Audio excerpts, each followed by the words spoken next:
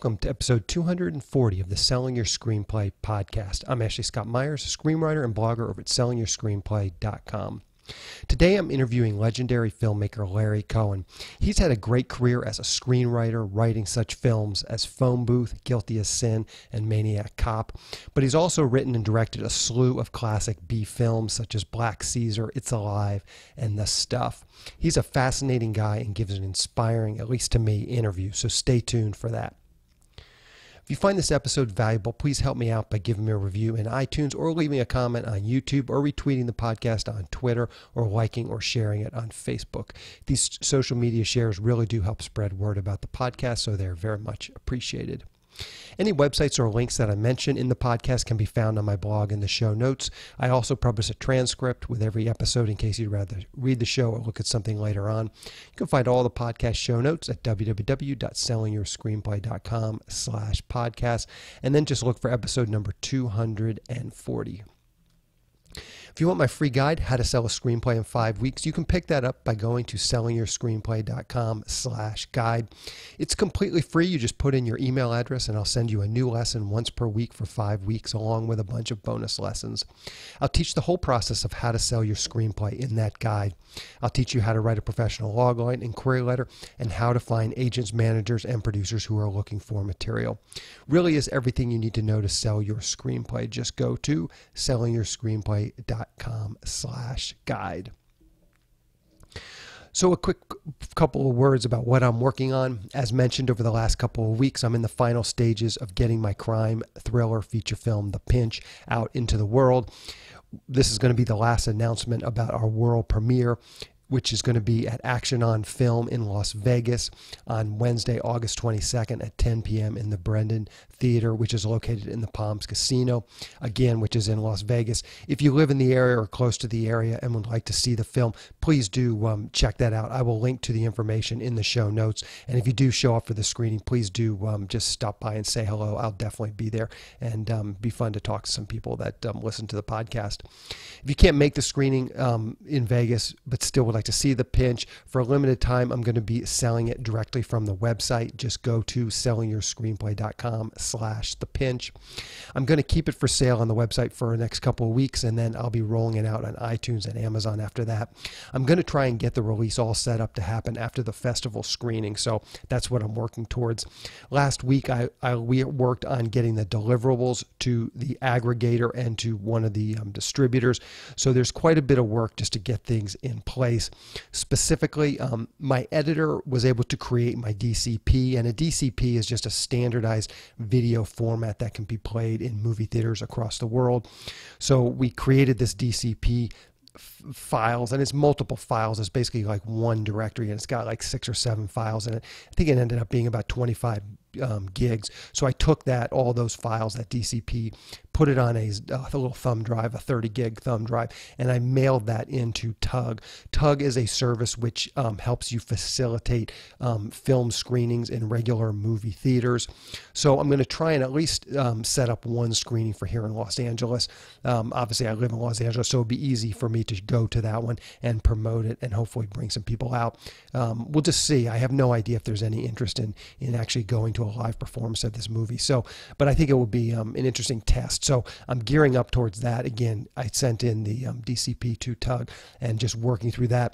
What happens on that end, and I'm still a little unclear of the process since I have not been through it yet, but basically they have everything they need from me. We picked a potential theater, which is going to be somewhere in the North Hollywood area, and then they have to go to the theater and see if they can set something up. And that's sort of what they're doing. That's the value that they're adding to the equation, is they have relationships, pre-existing relationships with these various theaters. So basically I picked a day, I picked a time, and then they're going to go back and say, okay, how many do you guys have a theater available that we could use? And then they're going to set like a minimum threshold, and basically I've got to sell X number of tickets. I'm not exactly sure what that is at this point, but basically I'm going to have to sell X number of tickets, and if we meet that threshold, then the screening will take place. And these can be run, as I said, Tug has relationships with theaters across the country, so they can be run anywhere anywhere. The key, though, is you just need someone from the film production to show up at the theater and kind of run the event. So I don't know how practical that will be outside of LA, but at least in LA, I should be able to pull one of these off. Anyway, so that's the theatrical screening. The next piece of this is obviously Amazon's and iTunes, and I'm using an aggregator for that.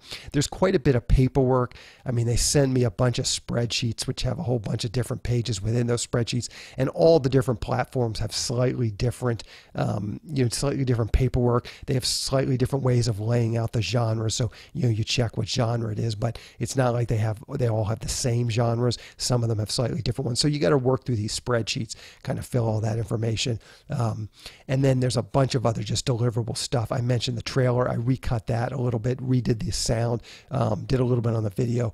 That was done a couple weeks ago, so that's in place. That's a part of getting the deliverables ready, is the trailer for this. Also, they sent me a list of the different poster sizes. Each one of these platforms, Amazon, iTunes, I think Vudu, Google Play, there's a number of these, and they all have slightly different requirements on the artwork. So my outstanding poster designer had to recut the poster into different sizes. Thank you, Michael, for that. But basically just working through, they just send you this long list of deliverables and you just start working through it, getting everything up there. There was a closed caption file that they needed, so I got that made. I found a place that would do it fairly cheaply, although my aggregator is telling me that they have seen other people use this same service and it may or may not work. So I don't want to mention them right now. We'll see if the closed caption file actually does end up working for this or not. But it was pretty inexpensive. And then the big thing is the 4K file. I mean, there's this 84-minute movie file, which is high resolution 4K file, and that is literally over 400 gigs. So they have this aggregator has this service where you can upload large files, but at least with my internet connection, I was not able to upload the thing. It eventually died and was going on for days. I was trying to upload this thing, so I'm going to ultimately have to put it on a hard drive. They're located in Hollywood, which is not too far from where I live, so I might drive it down there if I want to get it down there quick, or I'll just drop it in the mail. It'll only take a day or two just to mail it down there.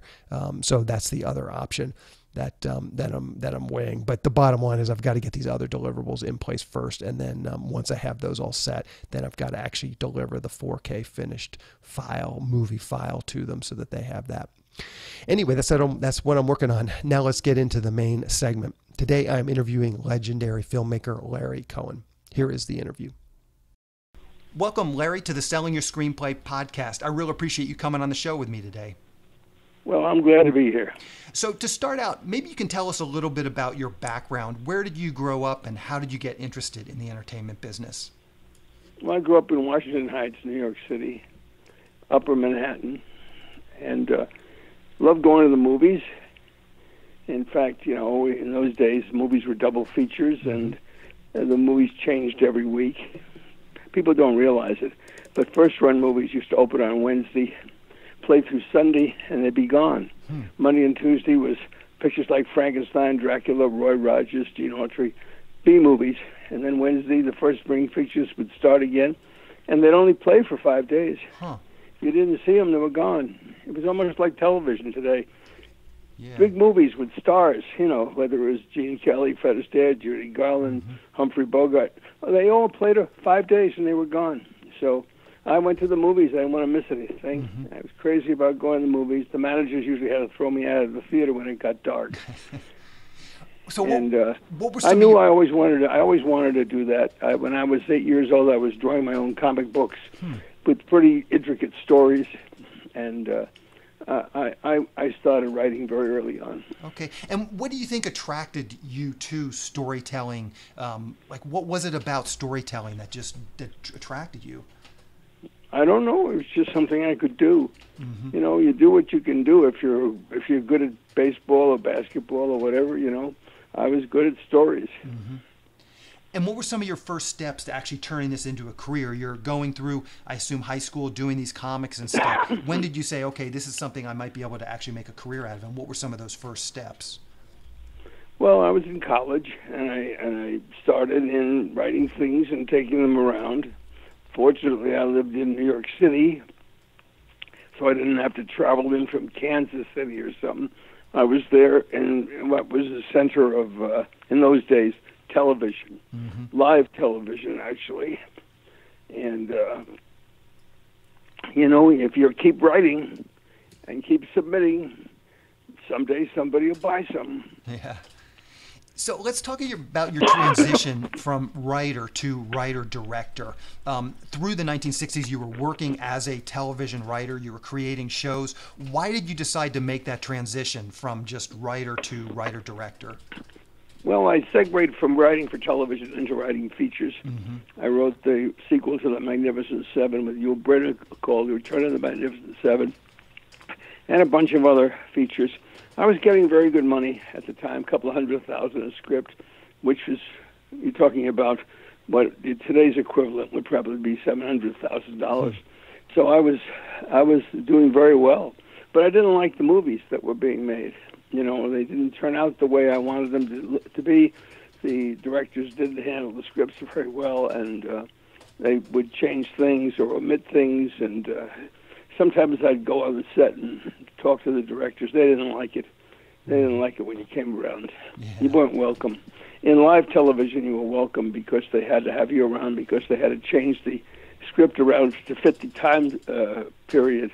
Sometimes a story would be too long or too short, and the day of the shoot, you'd have to be on the set changing things. So you were always welcome in live television, but when it went to film television, you weren't welcome anymore, and you weren't welcome in theatrical features because the directors were afraid you'd talk to the actors or something. So I didn't like that process, and I didn't like the pictures that were being made. And so I had a choice, either just be a disgruntled writer and stumble around Hollywood taking their money and being unhappy like so many writers, or else making a change and making my own movies. And I didn't find it that difficult to do it, actually. Once I made my mind up to do it, I found people to give me some money and let me make a picture. And I was only interested in doing it if they'd get out of the way and not come around and let me make my own movie, which is what happened. And maybe we can talk about that a little bit. How did you? I mean, obviously at this point you had a pretty significant track record as a writer, but how did you get people to give you money basically without any oversight? Like, what was the pitch on that? Well, the first pitch was I had the script all written so they could see what they were getting. And on the first picture that I directed, I went to a TV producer named Nick Vanoff, who was producing things like Hollywood Palace, and he was a successful television producer, and he kind of wanted to dip his toe into features. And I said, "Listen, I'll make this picture for you, but you give me the money, and if you don't get the money back, I'll write you a free screenplay." So that sounded like a reasonable deal to him, and he gave me some seed money, not enough to make the whole picture and finish it, but enough to get started. And that's what I did. I shot the picture, and then I had to go find the rest of the money, which meant schlepping around with 10 reels of picture and 10 reels of track, dragging it out of buildings and screening it for people for a couple of months on end, till I finally found a guy who would give me the rest of the money so I could pay the laboratories and get the movie out of hock and actually deliver a finished picture. But it was my picture. I had written and directed and controlled every scene and edited the picture my way, and there was nobody input but myself. And to his credit, Nick Vanoff never asked me to write that free screenplay, although he never got his investment back. And why did you decide on these B movies like Black Caesar, Hell Up in Harlem? Was that a creative decision? Those were the types of movies you liked to write and direct? Was it a business decision? Those were the types of movies you thought you could get financed and could potentially make a profit? What was your thinking in sort of trying to do these B movies? Well, I never thought of them as B movies. I just thought of them as movies. I didn't think that James Cagney and Public Enemy or Edward G. Robinson and Little Caesar were B movies. They were gangster movies at Warner Brothers. And Black Caesar was a gangster movie. It took place in Harlem. And what was wrong with giving some black actors some work for a change? So I never thought of them as anything but a straight-across movie. And they were good movies. People liked them, and they still play today, 45 years later. People like them. They're still out. They just came out with new Blu-rays of them. So what can I tell you? Yeah. Who knows what a B? Who knows what a B movie is? Many of the so-called A movies are long forgotten. Yeah. And some of the B movies are classics today. Yeah. Yeah, absolutely. And I guess it was just that you were not necessarily connected with a studio, and so you're getting these things financed independently. Is that correct? Well, American International gave me the money for the Black Caesar movies. Warner Brothers gave me the money for It's Alive. I got money from major studios. I see. Okay. But, usually they gave it to you on the sly. Sometimes these were non-union pictures. The studios had to give you the money surreptitiously. But they were still giving you the money, and the check cleared. Yeah, exactly. They just didn't want it known publicly that they were financing these pictures because they were outside of union regulations. Yeah. But I couldn't have made the pictures as union Hollywood pictures because they would have cost 3 or 4 times as much as I could make the picture for. Yeah. I always thought, listen, I can make a movie. You'll give me the budget that you'll make the picture for at the studio, and they'd tell me, and I'd say, well, I can give you the same picture with the same cast for 1/3 of that, and I did. Let's talk about your writing process a little bit. When you're writing a screenplay, how much time do you spend preparing to write, doing the outline, index cards, versus actually in the screenplay and writing the dialogue and description and stuff? Yeah, absolutely none. I just start writing. Really? Just when I'm writing pictures for myself, I don't do outlines. I don't work out everything in advance. I have a good idea. I kind of know where it's going. I often don't know where it's going to end, but I want to find out. So every day when I go back to work, I'm anxious to write because I don't know what's the next going to happen, and I want to find out what the characters are going to do and where the story's going, and I just can't wait to get back to work again to find out. I'm hooked on my own picture. Yeah. But when I work at a studio for a development deal, which is I've done over the years because I like to collect the money from the studios, then you have to go in and outline everything with them and answer all their questions beforehand. And by the time you get finished, you really don't even want to write it anymore. You've talked about it too much, And writing is a difference between painting a picture. Just go out there with a bunch of paint and you create your painting and you do what you want to do, or else buying one of those kits where it's all numbers. And if you paint number 7 brown and number 8 12 gray, a green, another one blue, you're going to get a picture of a cow in a pasture when you get all finished. But who the hell wants to paint a picture that way? Yeah. But that's what writing in a studio is like. Yeah. So when you've got your idea, you start writing your script. Are you one of the types of writers that writes 12, 16 hours a day and gets that first draft done quickly? Are you someone who writes a few pages every day over a longer period of time? I usually used to write 3 or 4 hours. That's my limit I could do. Okay. And I would be able to turn out 20 pages. 20 pages, wow, in 3 or 4 hours. Okay. And then so in a week I could write a script. Okay. And then how much rewriting would you typically do on one of these scripts? Not much. Huh. So you would nail it with that. You felt like you nailed it with that first draft. Yeah, I really did. I made some changes. Then when I would direct the picture, I would make changes as I went along. Sometimes I would realize I didn't need scenes. I could combine scenes, and it was too much dialogue. You got the point across with less conversation and more action. I would make changes on the set dramatically. Sure. And I always came up with new things because I found out the actors had certain skills or certain personality traits that I wanted to introduce into the character. So I would let the actors go and improvise things with them, and did a lot of improvising on the set. I was writing all the time I was directing, and then when I was in the editing room, it was kind of another writing process. It's kind of the editing process to me is akin to the writing process.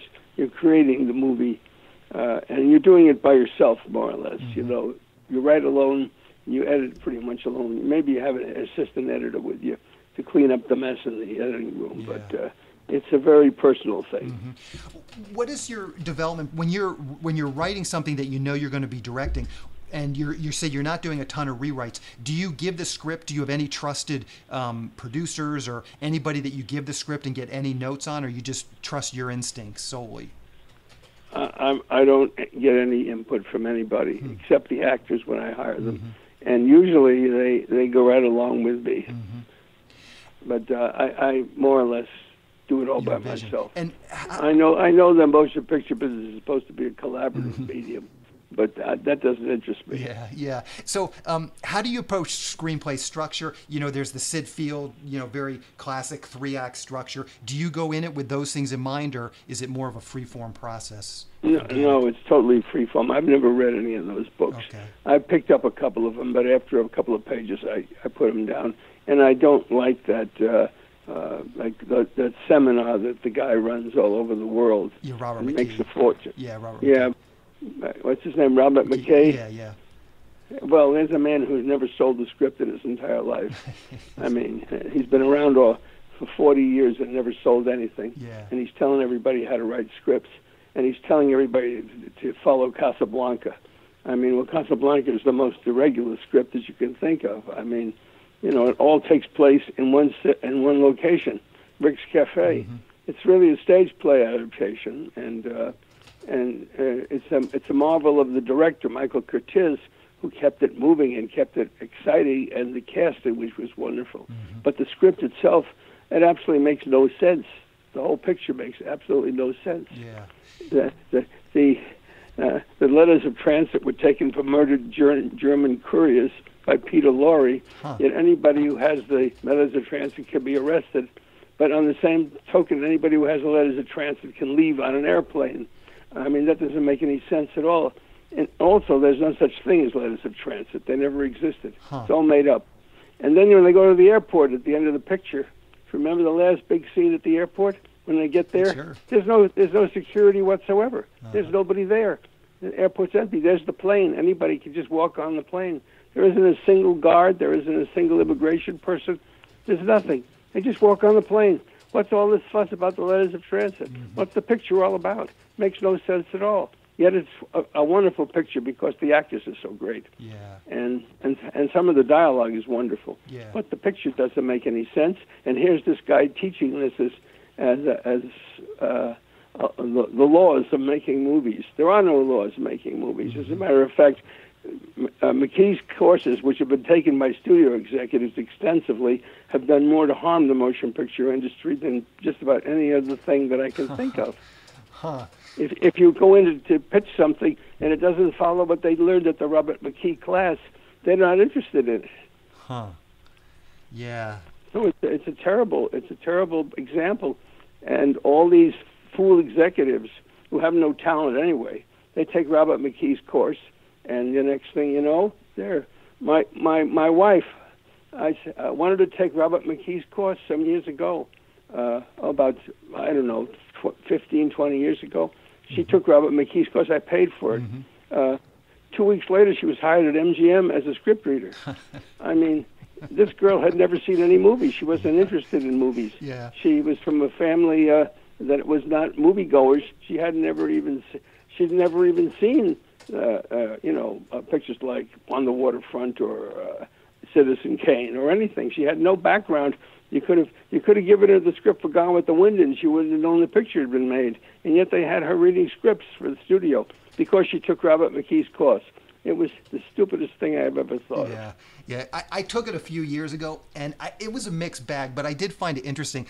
You should go take it, and you should heckle him, because that would actually be very entertaining, because he's a very intolerant person. Exactly. He wouldn't like it if I heckled him. So just jumping back to some of these films, how do you approach genre requirements? Do you ever get any push from any of the distributors or anything like that? Like, we need more action in this action film, we need more horror in this horror film. Is there anything ever like that you interact with on sort of the distribution end? Oh, I've gotten that back from some of the distributors on some of the movies that thought there was too much comedy in the movie and not enough horror. But that's a Larry Cohen movie. That's the kind of movies I make. I make movies that are thrillers that have a great degree of comedy in them as well. And that's what I make. Yeah. I don't make pictures where people jump out of the closet and stab a bunch of teenagers to death. Yeah. I don't like gore. I don't like torture porn, and I don't like pictures where are bloodbaths. That's not me. So you keep referring to some of your work as working for the studios and stuff, and just how sort of demoralizing it is when they give you terrible notes and it becomes this sort of screenwriting by committee. Has that gotten any easier over the course of your career? I mean, now that you kind of have your own career as a writer-director, and as you say, you're kind of just showing up to some of these studio projects more for the paycheck. Has it gotten any easier for you to go through that process?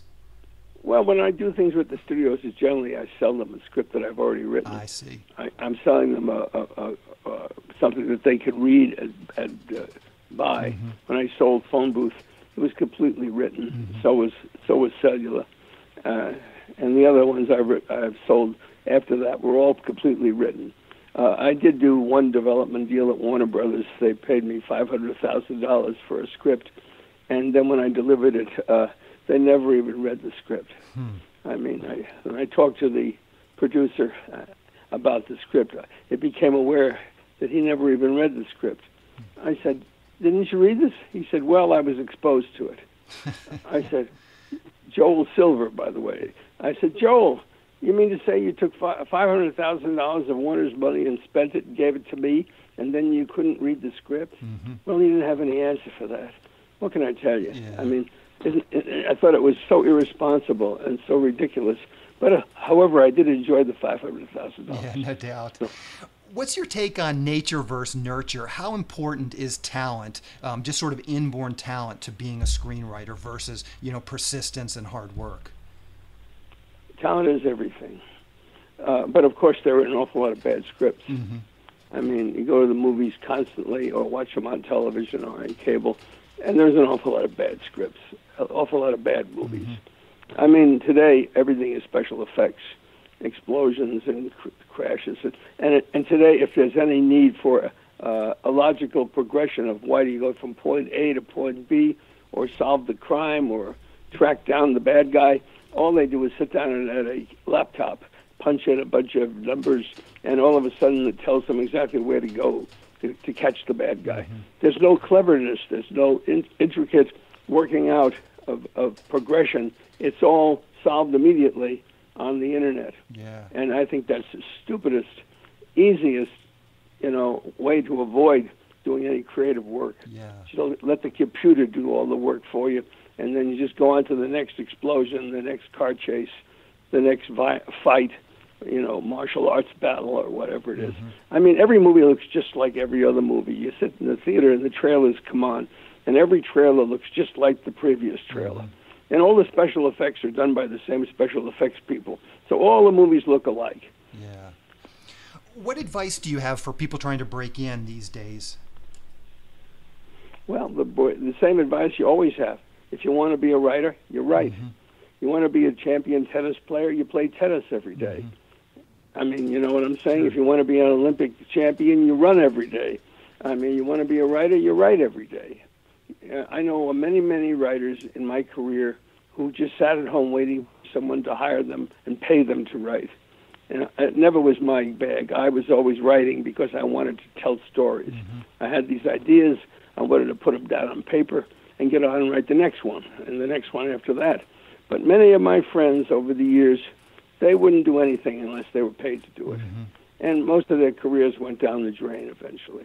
And they're forgotten. Yeah.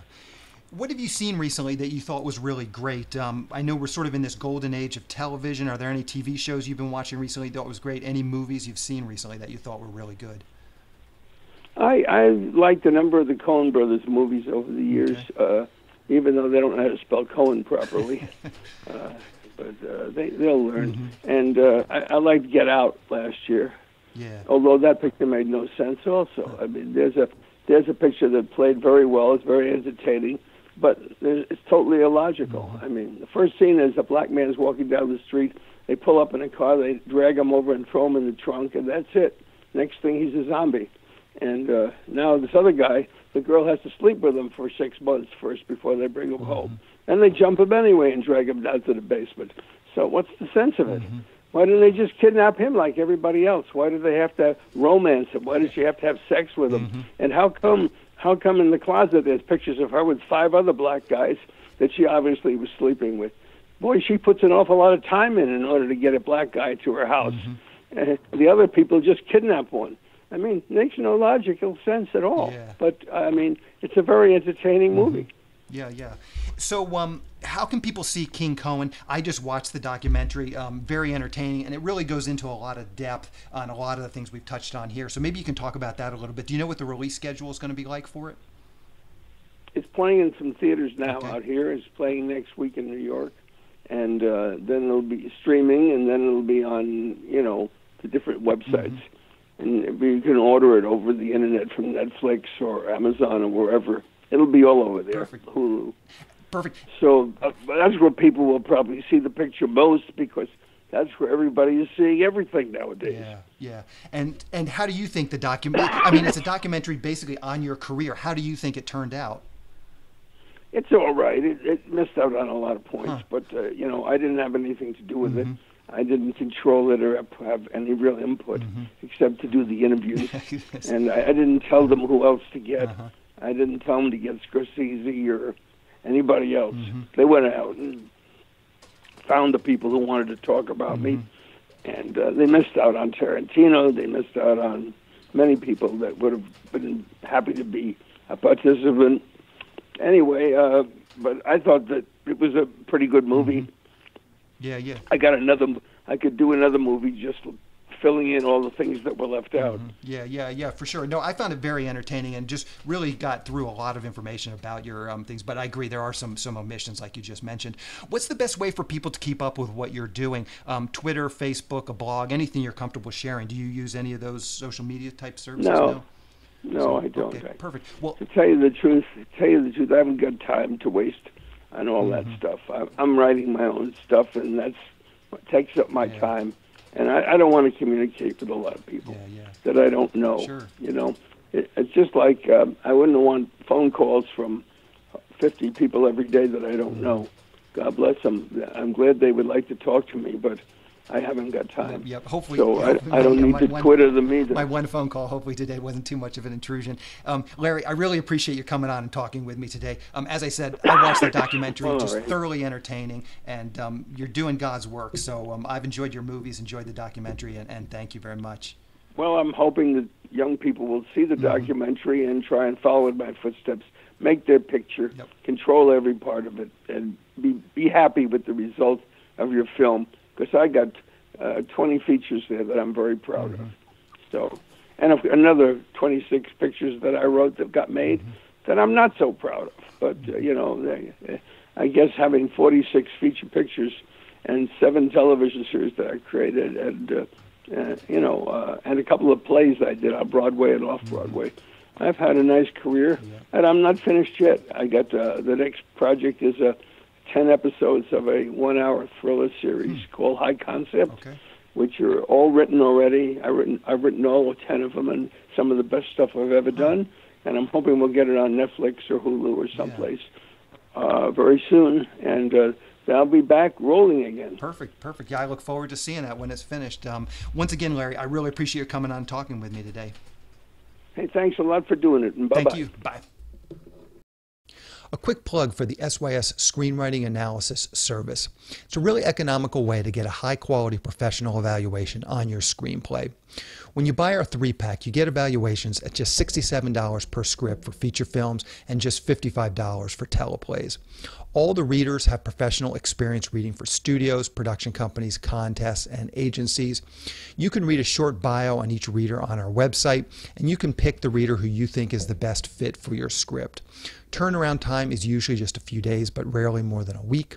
The readers will evaluate your script on 6 key factors: concept, character, structure, marketability, tone, and overall craft, which includes formatting, spelling, and grammar. Every script will get a grade of pass, consider, or recommend, which should help you roughly understand where your script might rank if you were to submit it to a production company or agency. We can provide an analysis on features or television scripts. We also do proofreading without any analysis. We will also look at a treatment or outline and give you the same analysis on it. So if you're looking to vet some of your project ideas, this is a great way to do it. We will also write your logline and synopsis for you. You can add this logline and synopsis writing service to an analysis, or you can simply purchase this service as a standalone product. As a bonus, if your screenplay gets a recommend or a consider from one of our readers, you get to list the screenplay in the SYS Select database, which is a database for producers to find screenplays and a big part of our SYS Select program. Producers are in the database searching for material on a daily basis, so it's another great way to get your material in front of them. As a further bonus, if your script gets a recommend from one of our readers, your screenplay will get included in our monthly Best Of newsletter. Each month we send out a newsletter that highlights the best screenplays that have come through our script analysis service. This is a monthly newsletter that goes out to our list of over 400 producers who are actively looking for material. So again, this is another great way to get your material out there.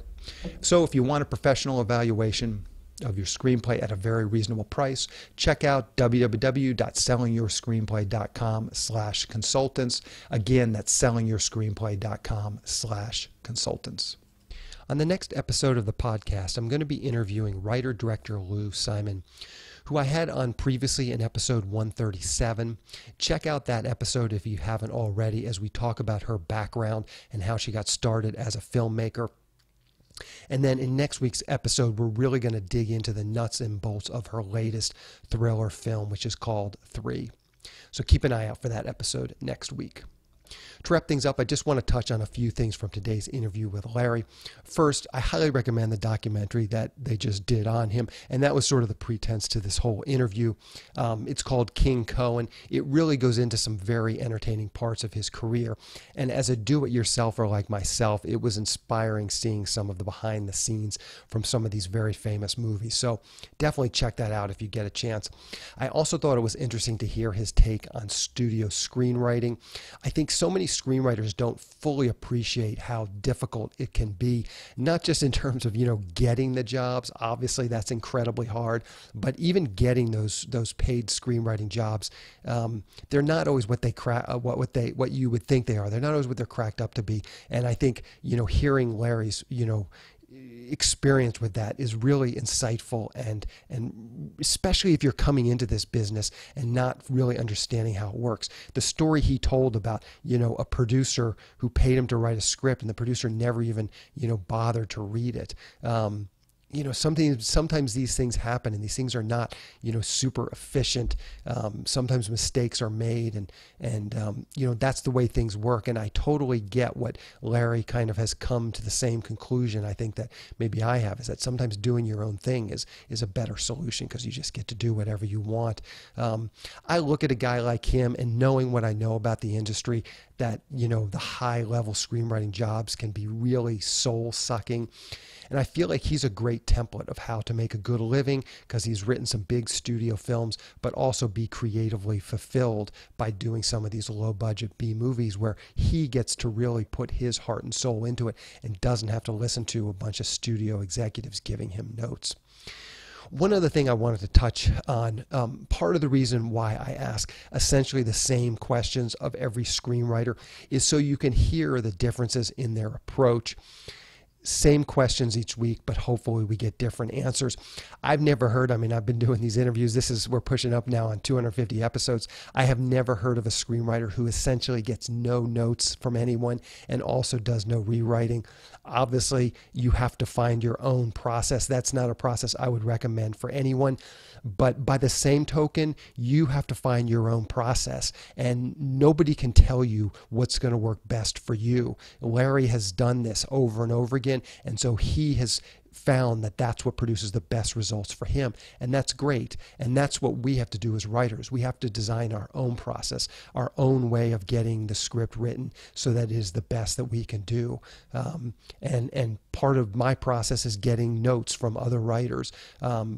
Part of my process is definitely different, doing a lot of outlining. structuring it out and doing a lot of outlining, getting notes, going back in there and doing a rewrite. That's, to me, how I feel like I produce my best work. But Larry's different, and you can't argue with success. So I don't want to sit here and say, this is how you should do it, because that's not what I'm trying to do. I'm not trying to show Larry as a template for your own writing process, and I'm certainly not trying to do that because my process is quite different from Larry's. I'm certainly not trying to say that you have to follow my process. I think the big takeaway for me is that everybody's process is different. And again, that's the point of me asking sort of these same questions of every screenwriter that comes on, but we get slightly different answers. In Larry's case, I'd say we got more than slightly different answers. We got very different answers.